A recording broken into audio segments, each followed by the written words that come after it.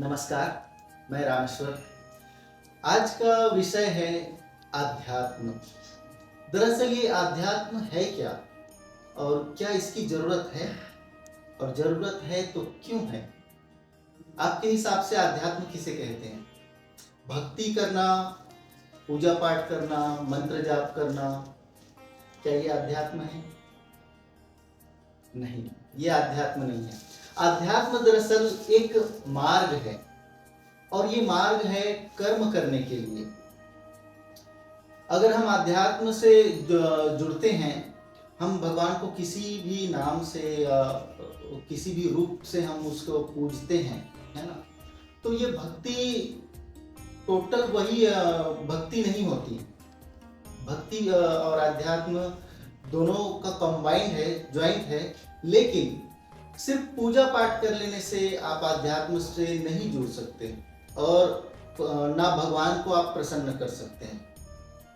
लेकिन आध्यात्म का मतलब ये है कि अगर आप किसी भी देवी देवताओं को पूजते हैं तो उनके मार्गदर्शन पर चलेंगे ना, वो होता है आध्यात्म।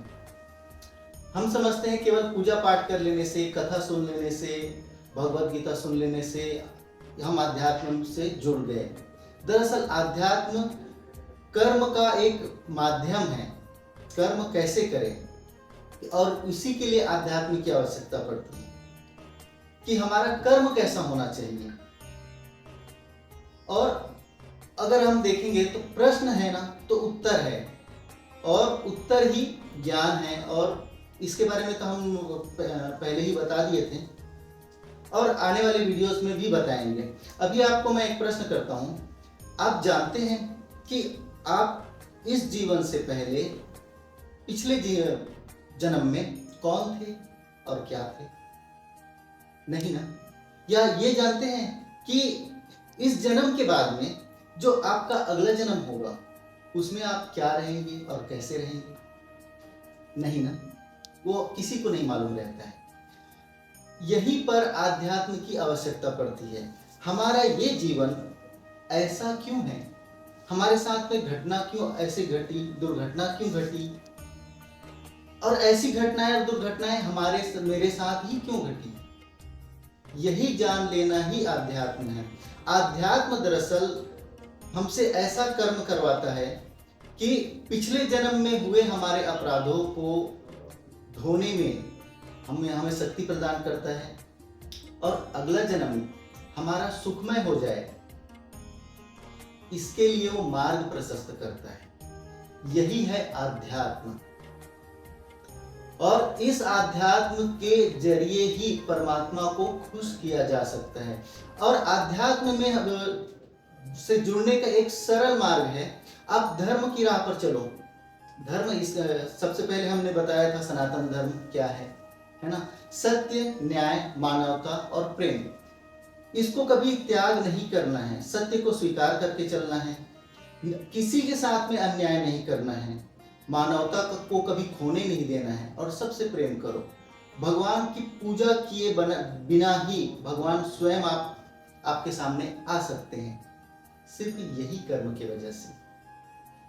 परमात्मा भी ये नहीं कहता कभी कि तुम मेरी पूजा करो, ना भगवान राम ने कहा, ना भगवान कृष्ण ने कहा, लेकिन उन्होंने सिर्फ यही संदेश दिया है कि धर्म की राह पर चलो। धर्म की राह पर चलना ही आध्यात्म है। न्याय सबके साथ करो। कभी कभी क्या होता है, जब हमें न्याय करने का अवसर प्राप्त होता है ना, तो एक पक्ष में हमारा शत्रु होता है और एक पक्ष में हमारा भाई या हमारा अपना कोई होता है। यहाँ पर न्याय व्यवस्था लड़खड़ा जाती है ना? ठीक है, आपने अगर आपका भाई गलत किए हैं, उसको दंड नहीं दे सकते आप, ठीक है ना, लेकिन वहां पर बोल सकते हैं कि गलती मेरे ही भाई की है, मेरे शत्रु की नहीं है। अगर ऐसा करते हैं तो शत्रुओं के दिलों में भी आप राज कर सकते हैं, और आपका सम्मान उनके दिल में बढ़ जाएगा। तो ये होता है आध्यात्म। आध्यात्म दरअसल हमें पाप करने से, अपराध करने से रोकता है। आध्यात्म हमें स्वयं का परिचय करवा देता है। जब आप स्वयं से ही परिचय नहीं हो पाएंगे तब तक कि आप परमात्मा को नहीं पहचान पाएंगे। दूसरी बात, अध्यात्म में जुड़ने के लिए आप पूजा पाठ करते हैं, मंत्र जाप करते हैं और समझते हैं कि भगवान खुश हो गया। आप एक बार सोच कर देखिए, अगर भगवान, जिस भगवान को आप पूजते हैं, अगर वो आपके सामने आएंगे तो कैसे आएंगे? कि डायरेक्ट प्रकट हो जाएगा, पुत्र तुमने बहुत अच्छा मेरी पूजा पाठ किए, आरती किए, इसलिए मैं बहुत प्रसन्न हो गया, अब मांगो, जो मांगना चाहते हो मैं देने के लिए तैयार हूं। ऐसा हो सकता है? नहीं, ऐसा बिल्कुल नहीं हो सकता। लेकिन परमात्मा जो है, भगवान जो है, धर्म की राह पर चलकर अगर आप अध्यात्म को अपनाते हैं ना, तो उसी की इम्तिहान लेने के लिए आपके सामने जरूर आएगा। और दरअसल हम तो अध्यात्म से जुड़े हैं, इसलिए भगवान को मंदिरों में ढूंढने लग जाते हैं।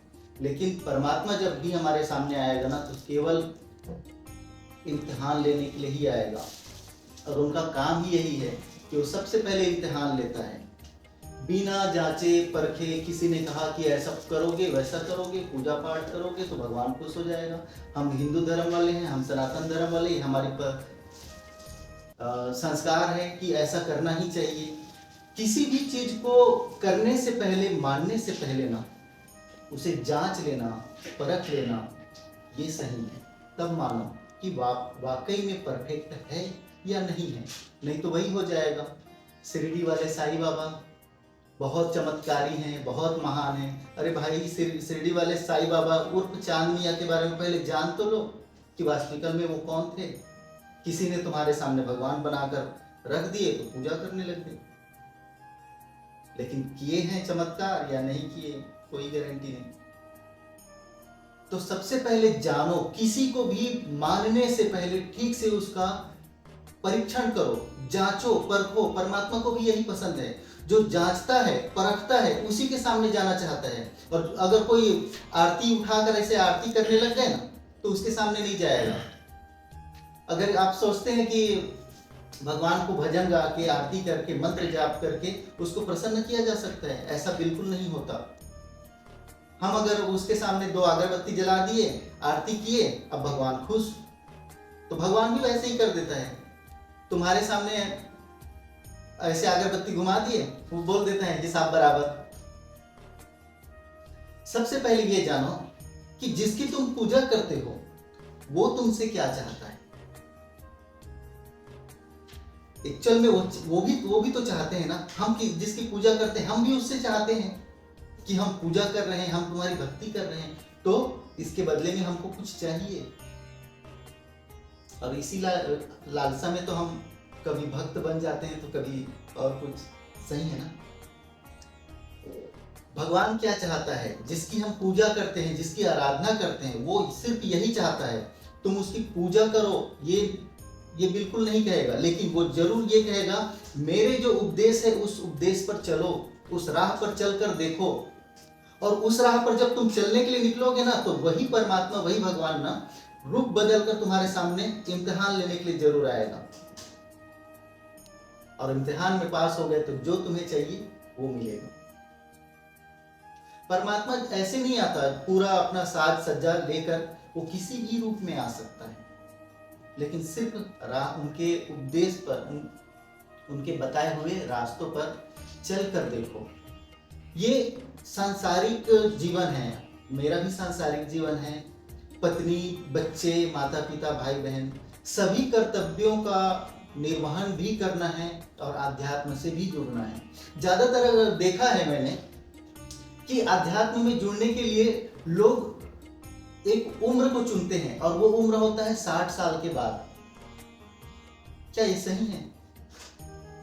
आध्यात्म में जुड़ने का वो उम्र सही नहीं है। सारा जीवन तो तुमने जो कर्म किए हो, अच्छा किए हो या बुरा किए हो, वो तो साइड में रख दिए। अभी लास्ट में जब आपका कुछ कर नहीं सकते तो भजन वंदना में जुड़ गए और बोल रहे हो, हाँ हमने तो भगवान का नाम लिए हैं, भजन गाए हैं, हमको तो स्वर्ग मिलेगा। सिर्फ भजन गा लेने से, नाम जप लेने से, आरती कर लेने से स्वर्ग नहीं मिलता। स्वर्ग में जाना है या नर्क में जाना है, ये हमारा कर्म निर्धारित करता है। हमारा ही कर्म है जो हमारा भाग्य बनकर दूसरे जन्मों में हमें हमारे सामने आता है। दरअसल आध्यात्म में जुड़ने का समय सही होता है तो 20 वर्ष की आयु, क्योंकि आध्यात्म में जब 20 वर्ष की आयु में जब से आप जुड़ जाएंगे तो आध्यात्म की राह पर चलकर आप कर्म करेंगे तो आपके हाथों से कोई अपराध नहीं होगा और आप अपराध कर ही नहीं पाएंगे। कौन सा कार्य कैसे करें ये निर्धारित करने के लिए ही आध्यात्म है। आध्यात्म हमें कभी बुरा कर्म करने के लिए नहीं कहता।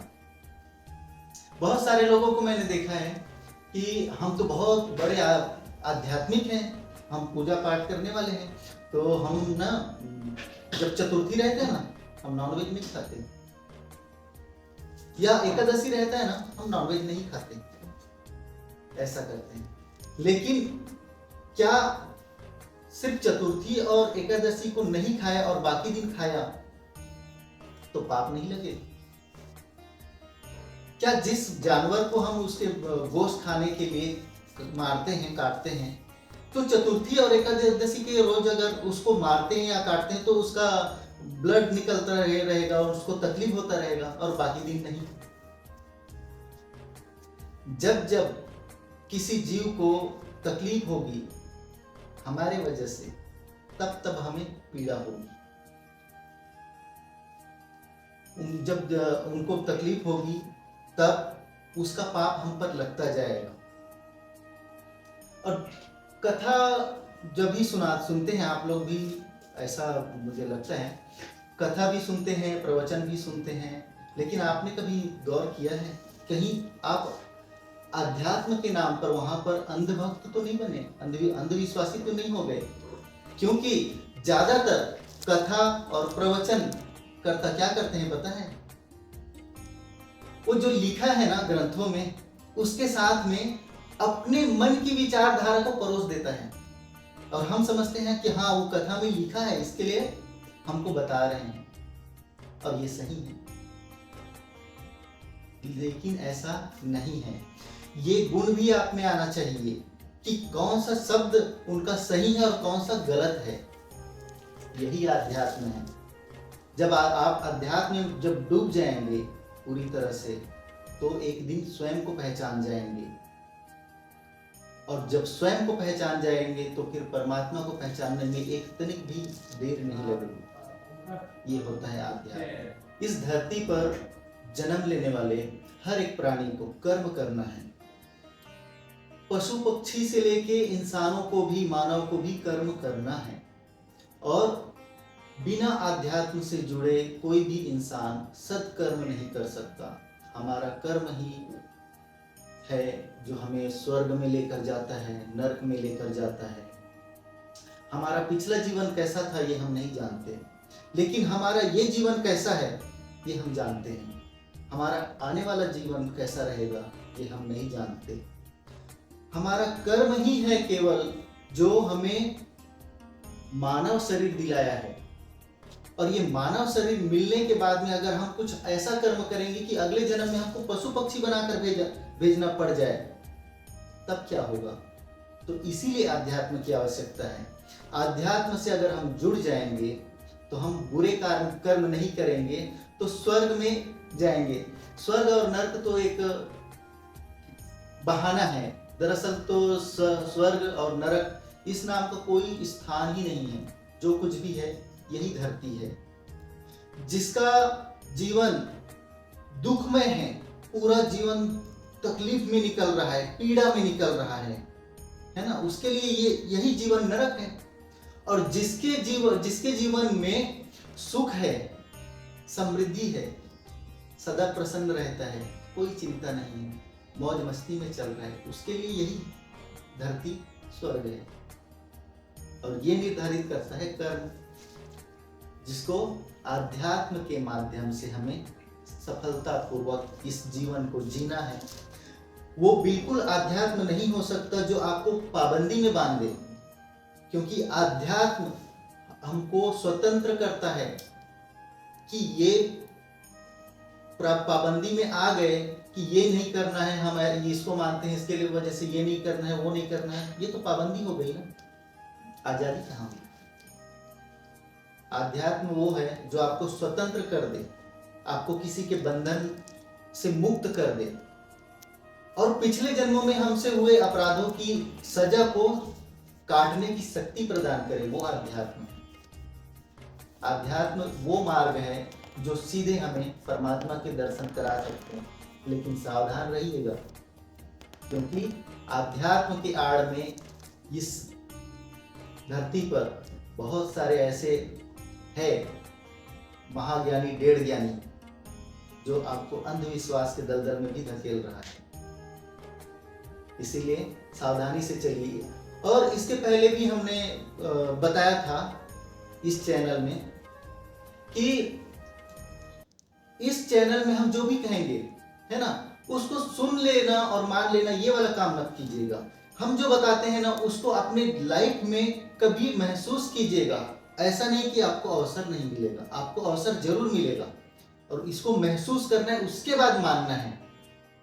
उसके बाद में कमेंट करके बता सकते हैं कि आपने जो कहा था वो बिल्कुल सत्य है। तो ये रहा आध्यात्म की बातें, और हमारे ज्ञान को पहले जांचिए, परखिए, और हमारे जितने भी सत्संग है ना, उसको सारे सत्संग को सुनिए, देखिए, तभी आपको समझ में आएगा।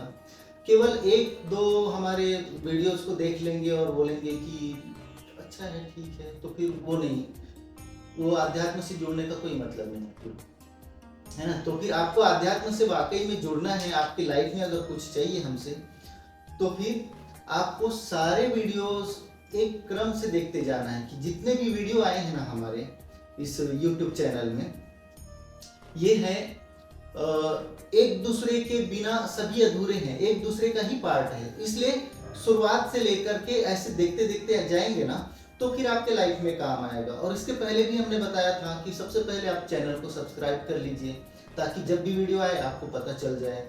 और दूसरी बात, इस चैनल में बहुत सारे वीडियो आने वाले हैं, हमारे पास बहुत सारे बातें हैं जो आपके लाइफ में काम आ सकती है। इसीलिए अगर ये क्वांटिटी बढ़ गया ना इन वीडियोस की, तो फिर आप कंटिन्यू देख नहीं पाएंगे, है ना। इसीलिए अभी से चैनल को सब्सक्राइब कीजिए और एक के बाद एक ऐसे देखते आइए। एक बार देखिए तो दोबारा भी देखिए, 3 बार देखिए, तो अब आपके दिमाग में समझ में आ जाएगा कि क्या है ना। और अगले सत्संग में हम चर्चा करेंगे कि देखो, जब हम कुंडलिनी शक्ति के बारे में जानते हैं ना, और पहचानते हैं कि हाँ, कि कौन सी कुंडलिनी शक्ति जागृत होने से कौन सा शक्ति मिल जाता है, पावर मिल जाता है ना। ऐसे हम 7 शक्तियां होती है, 7 शक्तियों के बारे में जब जानते हैं तो हमारे मन में ख्याल आता है, ये शक्ति अगर मुझे मिल जाए तो। और हम सोचते हैं कि मैं भी एकलव्य की तरह मेहनत करूंगा, अभ्यास करूंगा और जागृत कर लूंगा अपनी कुंडलिनी शक्ति को, है ना। ऐसे हमारे दिमाग में ख्याल आता है। तो हम अगला सत्संग ना कुंडलिनी शक्ति के बारे में ही करेंगे, और जिसके अगर आपके भी दिमाग में वो बुखार है कि मैं भी एकलव्य की तरह कर सकता हूँ, वो बुखार हम उतार देंगे अगले वीडियो में। तो अगला हमारा विषय रहेगा कुंडलिनी शक्ति, उसमें सावधानी क्या है और कैसे जागृत किया जाता है। तब तक के लिए नमस्कार।